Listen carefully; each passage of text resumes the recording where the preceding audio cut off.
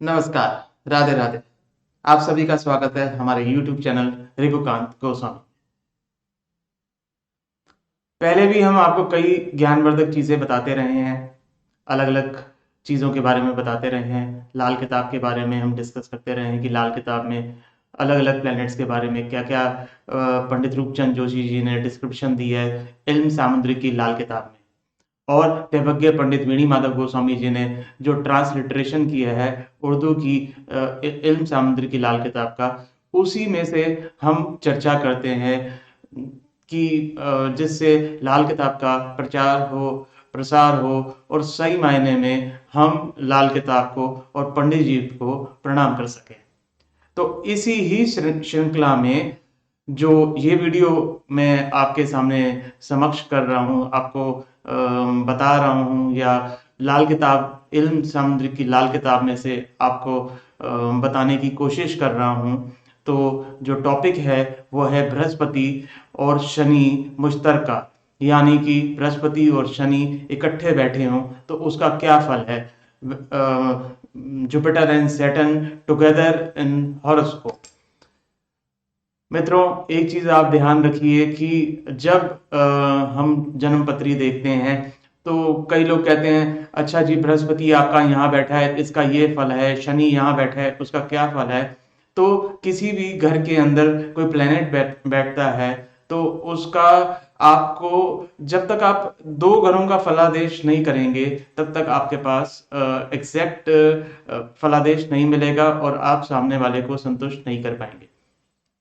कई बार ये होता है कि बृहस्पति किसी का 10वें घर के अंदर बैठा है क्योंकि वहां नीच का होता है, तो हम फल दे देते हैं कि क्योंकि 10वां घर कर्म स्थान है, आपका बृहस्पति नीच का है, आप जिंदगी में कुछ कर नहीं पाएंगे, ब्ला ब्ला ब्ला, इस तरीके की हम नेगेटिव प्रेडिक्शंस दे देते हैं, तो जो कि गलत है। आज लोग लाल किताब को इस तरीके से पेश कर रहे हैं कि टोने हैं, टोटके हैं, ऐसा कर लेंगे तो वो हो जाएगा, वो कर लेंगे तो ऐसा हो जाएगा। मेरे हिसाब से ये थ्योरी गलत है। अगर आपको अच्छा लगता है तो मैं आपसे रिक्वेस्ट करूंगा कि हमारी इस वीडियो को आप लाइक करें, शेयर करें, साथ में ही हमारे चैनल को सब्सक्राइब करें। चलिए शुरू करते हैं इस वीडियो की चर्चा। बृहस्पति और शनि मुश्तरका, यानी कि बृहस्पति और शनि इकट्ठा बैठा हो तो उसका क्या फल है। बृहस्पति और शनि का इकट्ठा फल, सन्यासी फकीर की माया जिसका भेद ना खुल सके। गुरु बारिश की हवा जो बनता, पहाड़ शनि बन बैठता, दोनों इकट्ठे मी हो बरसता, समुंदर सहारा नहीं देखता। फकीर झोली धन रेखा गिनते, 3 छठे 7 9 वह जो, माया व दौलत दिन शादी बढ़ते, बैठे तख्त पर जिस दिन वह। शुक्र देखे जब दोनों बैठा, पहाड़ माया धन मिट्टी हो, नजर केतु जब दो पर करता, औलाद मासूमी मरती हो। बृहस्पति और शनि दोनों समग्रह हैं, दोनों 11वें घर के कारक हैं। इस मिलावट में शनि 4 हिस्से तो बृहस्पति 5 हिस्से होगा। बृहस्पति शनि के घर 10 में नीच का होता है, परंतु शनि गुरु के घरों 2 5 9 12 में बुरा नहीं होता, जब तक कि राहु स्वभाव न हो। यह योग श्री गणेशाय नमः के समान सर्व पूज्य है। भाग्य के संबंध में फकीर की झोली, जिसके भीतर के शुभ अशुभ आदि अंत का भेद पाना संभव नहीं होगा। भाग्य का निर्णय खाना नंबर 11 का ग्रह करेगा। यदि खाना नंबर 11 खाली हो तो शनि की अवस्था भाग्य के लिए प्रबल मानी जाएगी। संयुक्त रूप में दोनों धन दौलत के 5 भाग गुरु के होंगे। जातक के संबंध में दोनों ग्रह जातक के ज्ञान, विवेक तथा इच्छा शक्ति के अनुसार फल देंगे। संयुक्त फल दृष्टि से भी माना गया है। यह जरूरी नहीं है कि दोनों ग्रह एक ही घर में हो। यदि शनि मंदे घरों में है तो गुरु उत्तम हो तो जातक दूसरों के लोहे को सोना बनाने के लिए पारस का काम देगा, उनको माला माल कर देगा, चाहे जातक के लिए कितना ही मंदा क्यों ना हो। यदि बृहस्पति मंदा हो और शनि कायम हो तो लोहे की तलवार संसार की मंदी हवाओं मुसीबतों को काटती चली जाएगी। जब दोनों संयुक्त हों और वर्ष फल में सूर्य प्रथम घर यानी कि पहले घर में आ जाए तो 4 योग बनेंगे, गुरु शनि की अवस्था के अनुसार होंगे।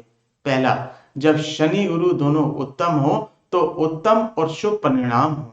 सेकंड, जब दोनों नीच या मंदे घरों में हो तो सरकार से कमाया हुआ धन, शरीर का कोई अंग भंग हो सकता है। यदि शनि उत्तम, बृहस्पति मंदा हो तो सरकार से कमाया हुआ धन बेशक बर्बाद हो जाए परंतु शरीर का अंग भंग होने की शर्त नहीं होगी।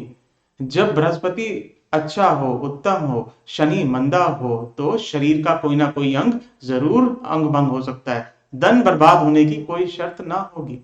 जो ग्रह संयुक्त बृहस्पति शनि को देखते होंगे वह अपने आयु वर्षों में दोनों को जगाएंगे।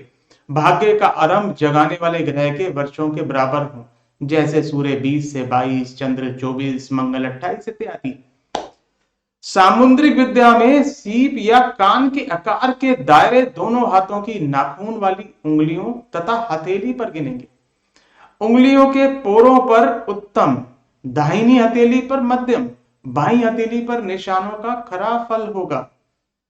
जब जातक ईश्वर से केवल भाग्य का धन मांगने वाला हो, धैर्यवान हो और संतोषी हो तो शनि की माया बृहस्पति चरणों की गुलाम होगी। अब दोनों में से चाहे कोई भी नीच घर का हो जाए, जैसे शनि पहले घर में, बृहस्पति 10 में नीच का होता है, दोनों का फल उत्तम होगा। यह दृष्टि योग संयुक्त होने का फल कहा है। ऐसे जातक में ध्यान शक्ति, ज्ञान, विवेक की शक्ति अति प्रबल होगी, स्वाभिमान, ईर्ष्या या अहंकार नहीं होगा तथा उन्नति की प्रबल इच्छा के स्वभाव वाला होगा। यदि दोनों को शुक्र देखता हो तो शनि के धन का पर्वत मिट्टी का पर्वत होगा, जिसका दिखावा अधिक परंतु कीमत कम होगी। ऐसा धन उसका पैतृक धन होगा और पत्नी के काम आएगा। शादी के दिन से ऐसा धन शुक्र स्त्री के संयोग से बढ़ेगा।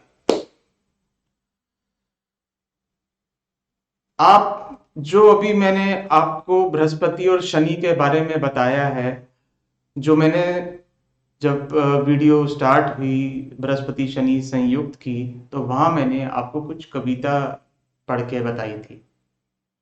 पढ़ के इसलिए बोल रहा हूं क्योंकि मेरा कुछ नहीं है, मैं तो इल्म ज्योतिष की लाल किताब, सामुद्रिक की लाल किताब में से जो मैंने पढ़ा है वो मैं आपको बता रहा हूं। जो पंडित रूपचंद जोशी जी ने अपनी उर्दू की किताब में, जो गैबी ताकत पंडित जी को मिली थी, उस गैबी ताकत ने पंडित जी को लिखवाया था, और दैवज्ञ पंडित वेणी माधव गोस्वामी जी ने जो पंडित जी की गैबी ताकत ने उनसे हिंदी में लिप्यांतरण करवाया था, इल्म सामुद्रिक की लाल किताब 1952 में, उसमें से मैंने ये चीज पढ़ी और आपको बताने की कोशिश करी।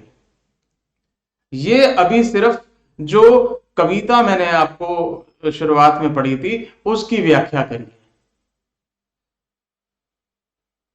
अगली वीडियो में बृहस्पति शनि अगर शुभ हो, अब प्लेनेट कब शुभ होता है इसकी व्याख्या मैं आने वाले वीडियोस में आपको बताऊंगा। कब अशुभ होता है वो भी आपको बताऊंगा।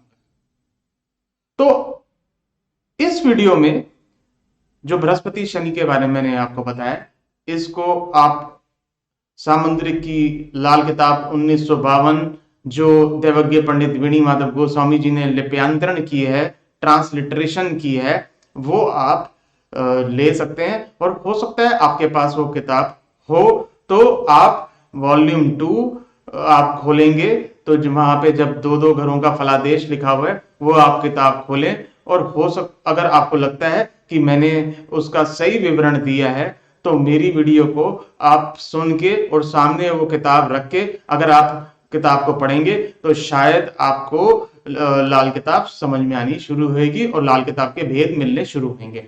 यही हमारा लक्ष्य है, जो लाल किताब के भेद हैं आपके पास पहुंचे और आप लोग समाज का भला कर सकें।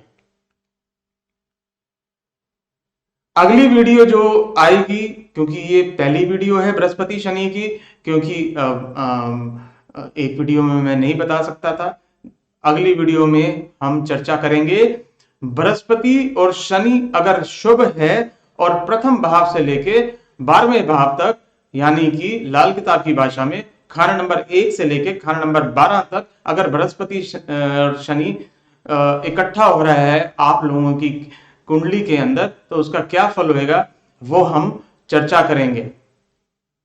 आज के लिए बस इतना ही, फिर मुलाकात होगी आपसे।